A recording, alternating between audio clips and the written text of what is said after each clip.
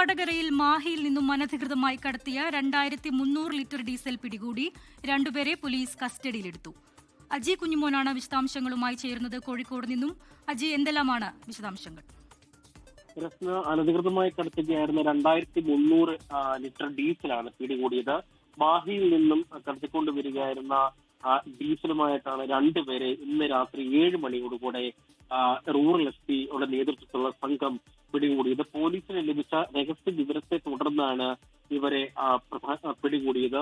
ലോറിയിൽ പ്രത്യേക അറയുണ്ടാക്കി, രഹസ്യ ടാങ്കർ ഉണ്ടാക്കി, അതിനു മുകളിൽ മീൻ ബോക്സുകൾ അടക്കം നിരത്തി വെച്ചുകൊണ്ടായിരുന്നു ഇവർ ഡീസൽ കടത്തിയത്. നിരന്തരമായി, അതായത് മാസങ്ങളായി ഇവർ ഈ രീതിയിൽ ഡീസൽ കേരളത്തിലേക്ക് കടത്തുന്നുണ്ട് എന്നാണ് പോലീസ് പ്രധാനമായും പറയുന്നത്. ഇന്ന് ഈ രഹസ്യ വിവരത്തെ തുടർന്ന് ലഭിച്ച പരിശോധനയുടെ അടിസ്ഥാനത്തിലാണ് പോലീസ് ഈ രണ്ടുപേരെ പിടികൂടിയത്.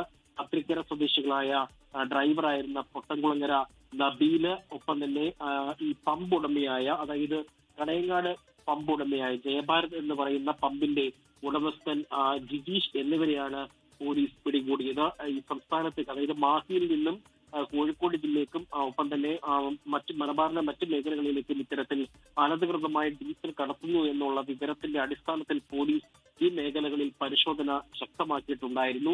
തെരഞ്ഞെടുപ്പ് അടുക്കുന്ന സമയത്ത് കൂടി ആയതുകൊണ്ട് തന്നെ പരിശോധനകൾ വ്യാപകമായിരുന്നു. ഈ പരിശോധനയിലാണ് ഇവരെ പിടികൂടിയത്. ശരി അജി, കോഴിക്കോട് വടകരയിൽ നിന്നാണ് മാഹിയിൽ നിന്നും അനധികൃതമായി കടത്തിയ 2300 ലിറ്റർ ഡീസൽ പിടികൂടിയത്.